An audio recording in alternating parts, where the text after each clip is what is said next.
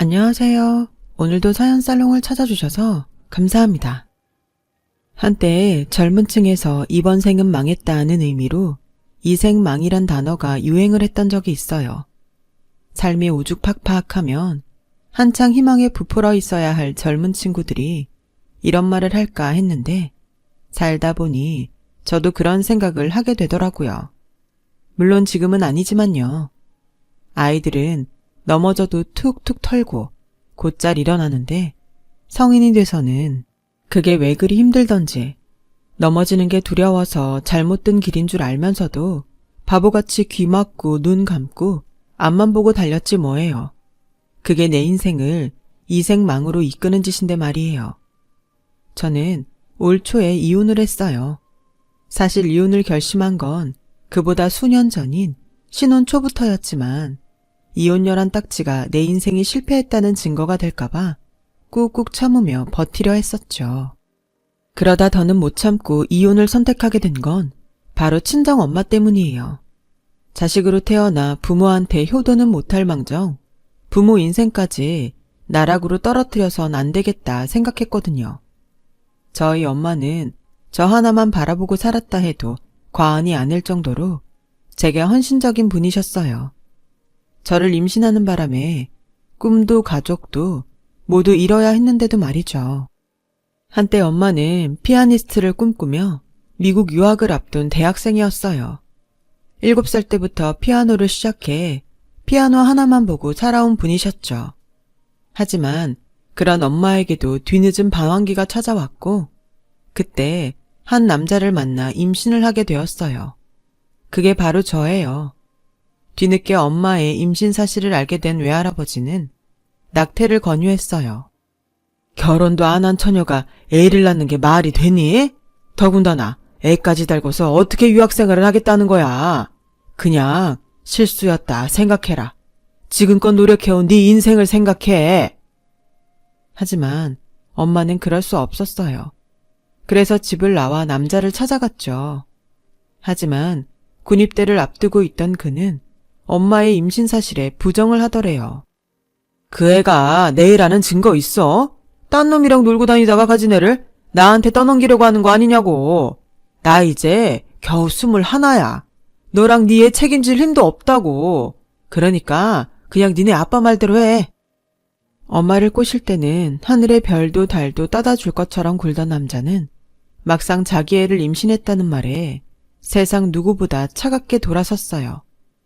그런 인간을 믿고 1년 가까이 사랑의 단꿈을 꾸었던 엄마는 충격을 받았고 차라리 뱃속에 아이를 데리고 영원히 사라지자 마음먹었대요. 하지만 그러지 못했어요. 엄마가 나쁜 마음을 먹던 그 순간 놀랍게도 태동이 느껴졌거든요. 마치 아이가 죽기 싫다고 발버둥 치는 것처럼 느껴지더래요. 그래서 어떻게든 살아야겠다 생각했고 그 길로 어린 시절 피아노 선생님을 찾아갔대요. 선생님은 외할머니께서 일찍 돌아가신 바람에 늘 엄마 정에 굶주려 있던 저희 엄마한테 엄마처럼 다정한 분이셨어요. 일찍 상처한 뒤 자식도 없이 혼자 살던 선생님은 엄마를 거두어 주셨고 선생님 댁에서 엄마는 저를 낳고 기를 수 있었어요. 당시 선생님은 연세가 들어 하시던 피아노 학원을 그만두고 쉬고 계셨어요. 그래서 저희 엄마가 선생님 대신 피아노 학원 운영을 하게 되었죠. 엄마가 학생들 레슨을 봐줄 때면 선생님이 안채해서 저를 봐주셨어요. 엄마가 피아노 학원을 운영한 덕분에 새 식구가 살아가는 데는 문제가 없었지만 시간이 지나자 동네에 이상한 소문이 돌기 시작한 거예요. 저희 엄마가 모 회사 사장의 세컨드라서 본처를 피해 숨어서 딸을 키우고 있는 거라고 말이죠. 그 소문을 들은 선생님은 소문의 근원지인 세탁소 아줌마를 찾아갔어요. 누가 내 딸 보고 세컨드래? 그럼 어디 그 본처란 사람 불러와봐. 여기에 내 딸이랑 손녀 있으니 잡아가라고 부르라고. 못하겠지? 이게 다 그 더러운 새치어로 만든 거짓말이니까. 안 그래? 한 번만 더 없는 소문 만들어서 내 딸이랑 내 손녀 가슴에 못 박아봐. 그땐 너 죽고 나 죽는 거야. 이 망할 놈의 편네야. 그날의 소동 이후 동네에선 더 이상 저희 엄마와 저를 두고 뒤에서 떠드는 일은 없었어요. 고상한 피아노 학원 원장인 줄 알았던 선생님이 동네 트러블 메이커인 세탁소 주인 여자를 찍소리도 못하게 잡았다는 소문이 온 동네에 퍼진 탓이었죠. 선생님은 그렇게 저와 엄마를 위해 사나운 할머니가 되어주셨어요. 제가 고등학교에 들어가던 해에 세상을 떠나실 때까지 말이죠. 선생님이 살아생전에 종종 치시던 낡은 포르테피아노를 볼 때마다 저는 선생님이 하셨던 말씀이 떠오르곤 해요. 이 피아노는 내가 어릴 때 우리 아버지께서 사주신 거란다. 낡고 소리도 요즘 피아노랑은 달라서 원생들이 이 피아노는 안 치려고 했어. 그런데 유독 이 피아노를 좋아했던 학생이 하나 있었지. 바로 네 엄마야. 다른 피아노랑 건반 깊이도 다르고 소리도 달라서 좋다나? 7살짜리 꼬마애가 뭘 안다고 말이야. 난 그때 알았어. 이 녀석은 사물의 진가를 아는 녀석이구나 하고 말이야. 너희 엄마가 자기 인생을 포기하면서 널 지킨 것도 같은 이유일 거다. 넌 충분히 가치 있는 아이라는 걸 내 엄마는 진작 알아본 거지. 그러니까 어깨 펴고 당당히 살아. 아빠 얼굴도 모른 채 엄마 성으로 사는 제게 선생님은 늘 당당하게 살라고 말씀해 주셨어요. 하지만 세상살이가 어디 그런가요? 아무리 당당하려고 어깨를 펴도 금세 주눅이 들어버리기 일쑤였죠. 남들과 다르다는 건 어린 나이엔 극복하기 힘든 약점이 되니까요. 단 한 번도 아빠가 그리웠던 적은 없었지만 아빠 역할에 대한 필요성은 종종 느끼곤 했어요. 그건 엄마가 아무리 노력을 한다고 해도 채워줄 수 없는 부분이니까요. 선생님이 돌아가시고 엄마와 단 둘이 살게 되면서 특히 그랬죠. 누수로 인해 피아노 학원 공사를 할 때도 집에 남자가 없다는 걸 안 업체가 공사를 지연하며 공사비를 더 요구하거나 주차 문제로 동네 사람과 시비가 붙었을 때도 그 집 아저씨가 막무가내로 저희한테 피해 보상을 요구하기도 했거든요. 그럴 때마다 내가 남자로 태어나지 못한 게 그렇게 아쉬울 수가 없었어요. 그랬다면 엄마한테 조금은 힘이 될 수 있었을 테니까요. 그래서 더 결혼을 서둘렀는지도 모르겠네요. 내 꿈을 펼칠 생각보다는 하루빨리 우리 집에 든든한 바람막이가 되어줄 남자를 찾는데 급급했으니까요. 지금 와서는 왜 그런 멍청한 생각을 하고 살았을까 싶지만 말이에요. 제가 남편을 만난 건 막 대학을 졸업하고 모 기업에서 인턴 생활을 하던 때였어요. 남편은 입사 2년차 사원으로 저와 같은 부서에서 일하고 있었어요. 딱히 능력이 뛰어난 건 아닌데 성격이 좋아서 그런가 회사 동료들도 그렇고 직장 상사들한테도 평판이 좋은 사람이었죠. 물론 인턴들한테도 인기가 좋았어요. 대개 회사 정직원들은 인턴을 단기간 알바 정도로 생각하는 분위기였는데 남편은 달랐거든요. 일만 부려먹는 게 아니라 일을 가르쳐 주려고 노력하고 커피며 간식도 자주 사주곤 했어요.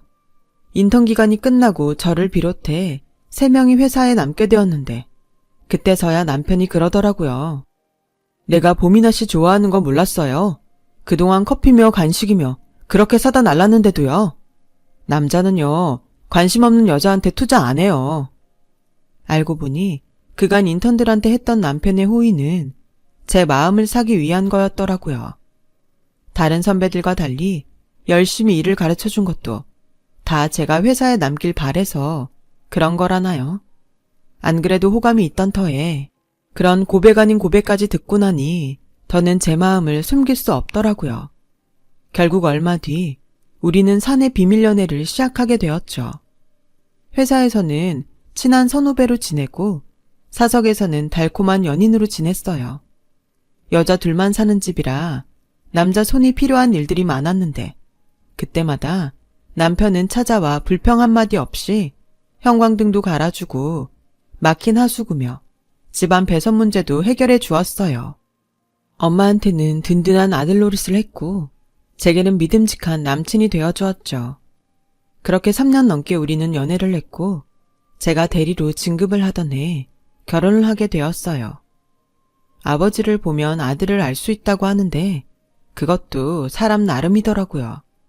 저희 시아버지는 남편과 달리 입속에 밝은 분이셨어요.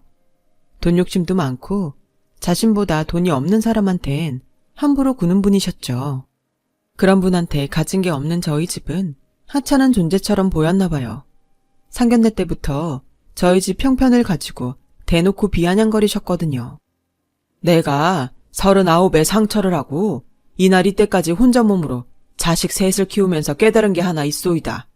부모는 자고로 돈이 있어야 한다.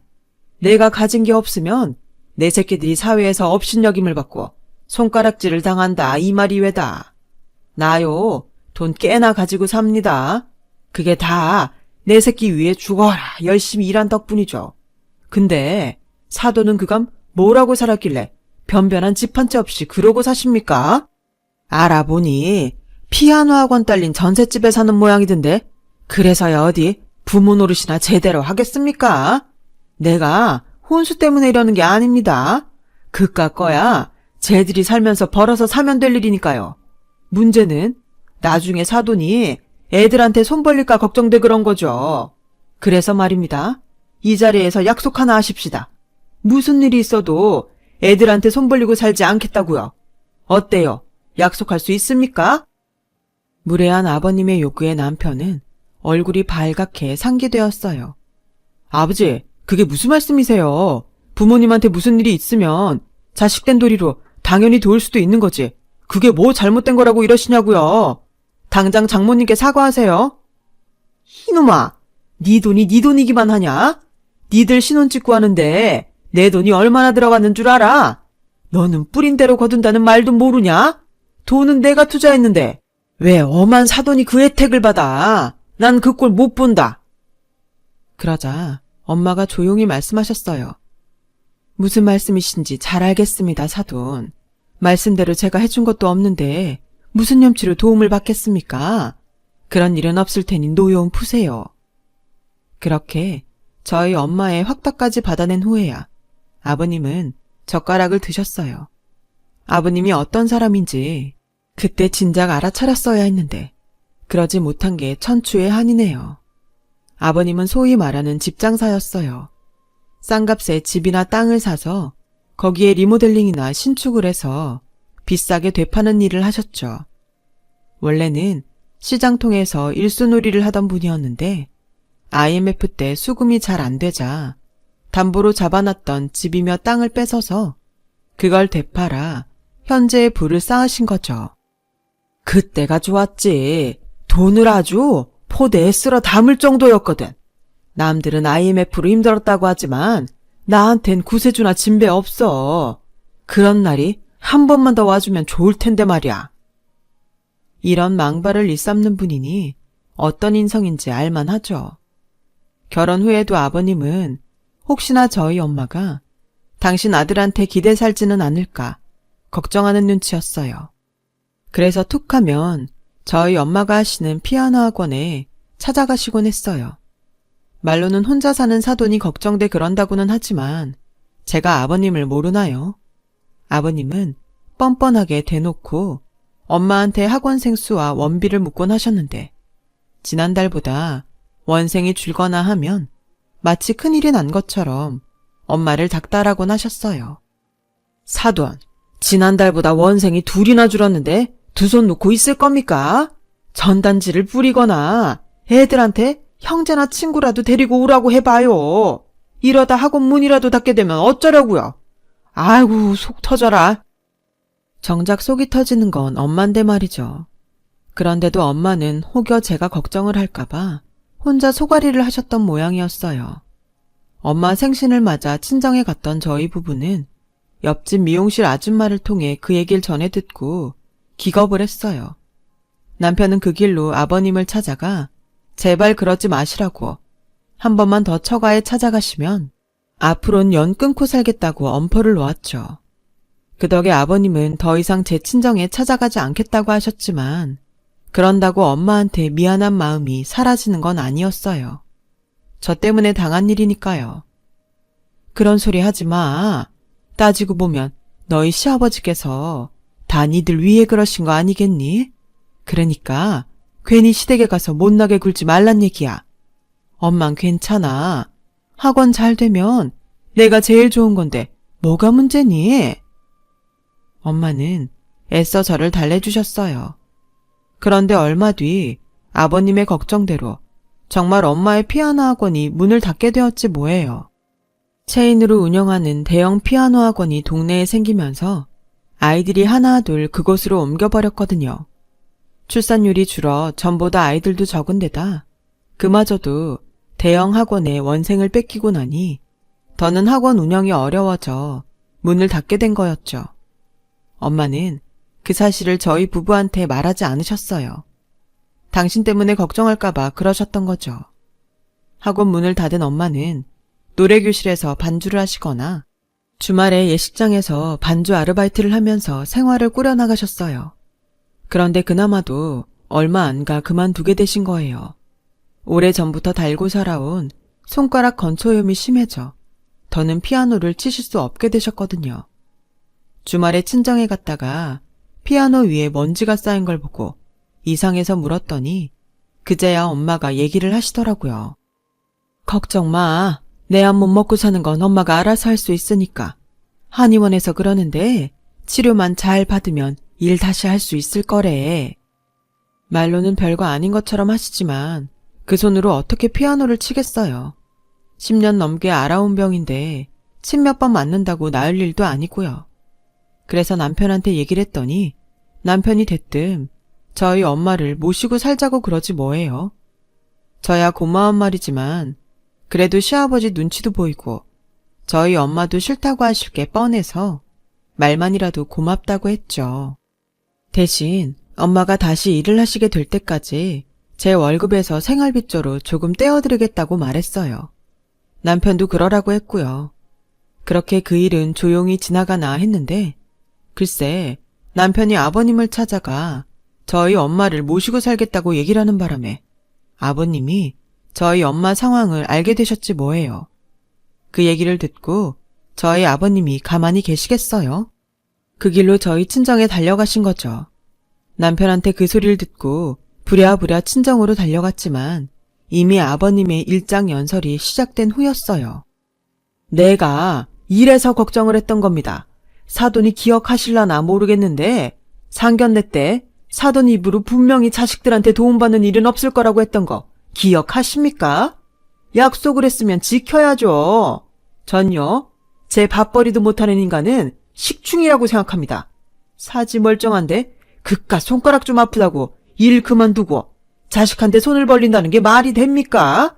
내가 두 눈 시퍼렇게 뜨고 살아있는 한 그런 꼴은 못 봅니다. 아버님, 무슨 말씀을 그렇게 하세요? 그럼 저희 엄마가 식충이란 소리예요? 사과하세요, 당장. 그리고요, 저희 엄마 저희한테 10원 한 장 받으신 거 없어요. 제가 용돈이라도 드리겠다는 것도 끝까지 거절하셨다고요. 저희 엄마가 아파서 잠깐 일 쉬는 게 아버님한테 이런 소리까지 들어야 할 일인가요? 아버님 아들 돈을 끌어다 쓴 것도 아니고 당신 힘으로 지내고 계신데 왜 아버님이 나서서 이러세요? 그이가 뭐라고 했는지 모르겠지만 저희 엄마 저희한테 얹혀서 사실 생각 추호도 없는 분이세요. 그러니까 당장 사과하세요. 엄마한테 식충이란 소리까지 하는 시아버지를 더는 보고 있을 수 없어서 저도 모르게 소리를 질렀어요. 그러자 아버님은 못마땅한 표정으로 쌩하니 나가버리셨어요. 사과 한마디 없이 말이죠.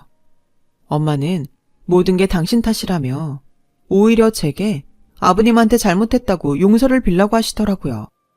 엄마, 내가 왜 사과를 해야 해? 잘못한 건 아버님인데? 엄마가 죄인도 아닌데 왜 이렇게 저자세로 나가?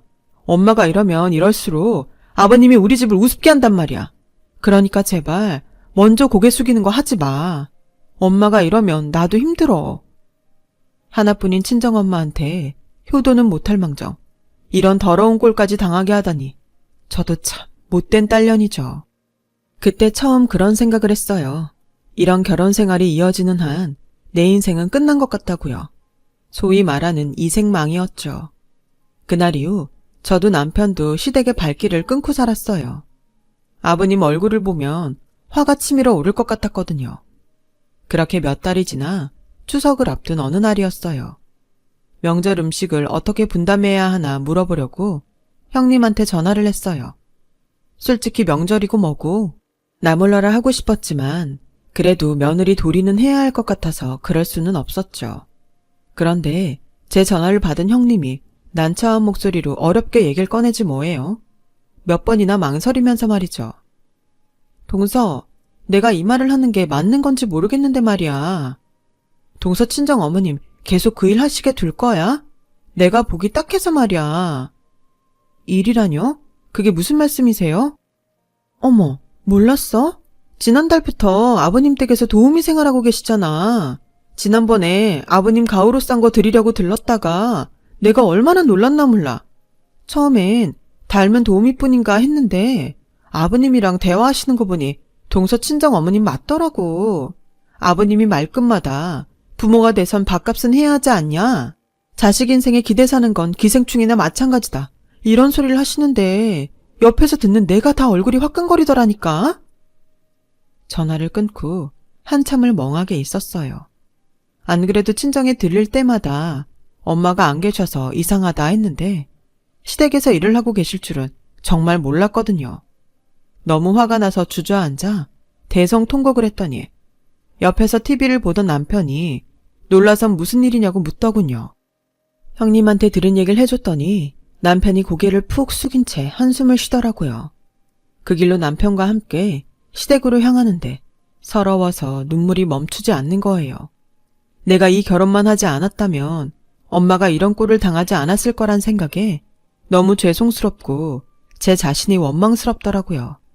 그런데 시댁에 도착해보니 생각지도 못한 상황이 벌어져 있는 거예요. 웬 노신사가 지팡이까지 휘두르며 시아버지를 혼내고 있지 뭐예요. 이런 버러지만도 못한 놈아.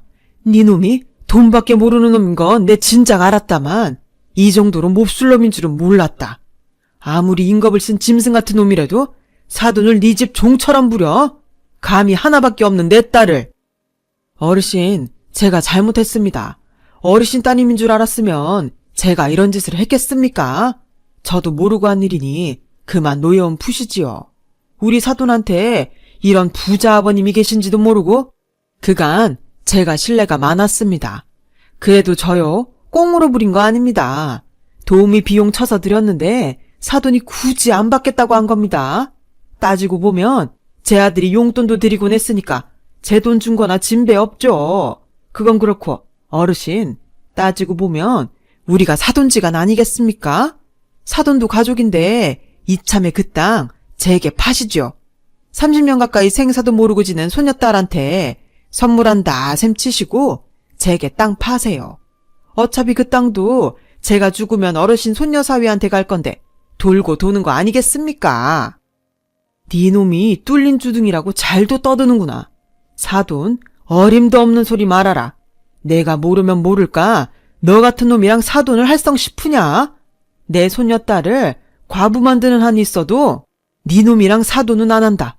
성이 너 뭐하냐? 당장 옷 안 입고. 이런 막대 먹은 집구석이랑 다시는 말도 섞지 말고 인연도 끊어. 어르신, 그게 무슨 말씀입니까? 인연을 끊다니요. 제가 잘못했습니다. 저요, 그 땅 없으면 타운하우스 못 짓습니다. 그간 주변 땅 사느라 은행 빚까지 졌는데 왜 이러십니까? 어르신, 그러지 마시고 제발 다시 한 번만 생각해 주십시오. 네? 사돈 맺는 게 싫으시다면 당장 애들 이혼시키겠습니다. 그러니 그 땅만은 제게 파세요, 어르신. 노신사는 주방에서 엄마를 끌고 나오셨어요. 뒤따라 나온 시아버지는 노신사의 바지가랑이를 끌어잡고 싹싹 빌며 잘못했다며 용서를 빌었지만 소용없었어요. 그날 엄마와 함께 저는 노신사를 따라 노신사의 집으로 가게 되었어요. 엄마가 나고 자란 엄마의 친정이었죠. 알고 보니 시아버지가 눈독 들이고 있던 땅 주인이 바로 외할아버지 땅이었더라고요. 식사 대접을 한다는 명목으로 외할아버지를 모셔왔다가 시댁에서 일을 하고 있던 엄마와 마주친 거였죠. 30년 가까이 생사도 모른 채 떨어져 살았던 딸이 사돈집에서 도우미로 일을 하고 있는 꼴을 보자 외할아버지는 화가 머리 끝까지 나셨고 당신 딸을 종처럼 부리는 저희 시아버지 모습에 지팡이까지 휘두르게 되신 거예요. 외할아버지는 제 손을 잡고 한참을 우셨어요. 이렇게 예쁜 손녀딸한테 당신이 몹쓸 짓을 할 뻔했다시면서요. 엄마가 집을 나가고 하루도 편히 잠든 적이 없었다면서 우리 모녀한테 몇 번이나 미안하다고 사과를 하셨어요. 그건 엄마도 마찬가지였어요. 철없던 시절 불장난으로 부모한테 씻을 수 없는 불효를 저질렀다고 울면서 용서를 비셨죠. 28년 만에 부녀의 성봉으로 많은 게 변해버렸어요. 그날 이후 엄마는 외할아버지 댁으로 들어가셨고 저는 이혼을 했거든요. 남편을 생각하면 이혼까지 하고 싶진 않았지만 시아버지를 생각하면 더는 함께 살 수 없더라고요. 남편은 자기가 아버지와 인연을 끊고 살겠다고 했지만 그게 어디 쉽나요? 지금이야 상황에 따라 그런다 쳐도 부모 자식 간의 인연이 무자르듯 싹둑 잘리겠어요. 그래서 눈물을 머금고 남편과 이혼을 하게 되었어요. 이혼 후 아무래도 남편과 한 직장에 다니는 게 불편해서 제가 이직을 했어요. 현재는 새 직장에도 적응이 됐고요. 남편한테는 종종 연락이 와요. 만나온 세월이 있으니 쉽게 끊기는 힘들겠지만 시간이 약이 될 거라 생각해요.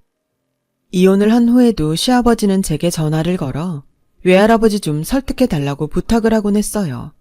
물론 저는 딱 잘라 거절을 했고요. 돈이라면 벌벌 떠는 인간이 전 재산을 투자해 벌인 사업이 엎어질 판인데 얼마나 애가 탔겠어요. 저희 외가에 찾아와 문을 두드리고 떼를 쓰기도 여러 번이었죠. 그러다 동네 주민 신고로 경찰서 내 끌려가기도 했고요. 그러다 얼마 전부터는 발길이 뚝 끊어졌더라고요. 소문으로는 살던 집까지 다 잃고 알거지가 됐다는데 정확한 사정은 잘 모르겠네요. 한때 이생망이 될 뻔했던 제 인생은 다시 리셋을 하게 되었어요. 잘못된 길을 가는 것보다는 힘들더라도 다시 시작하는 게 낫지 않을까요? 엄마가 제가 태어나기 전부터 제 가치를 소중히 생각해 주신 만큼 제 인생 앞으로 더 가치 있게 열심히 잘 살아보려고 합니다. 지금까지 제 사연을 들어주셔서 감사드려요. 항상 건강 조심하시고 행복하세요. 여러분, 사연 댓글에 응원과 현명한 조언 부탁드려요. 좋아요와 구독은 저에게 큰 힘이 됩니다. 오늘도 좋은 일 가득하세요.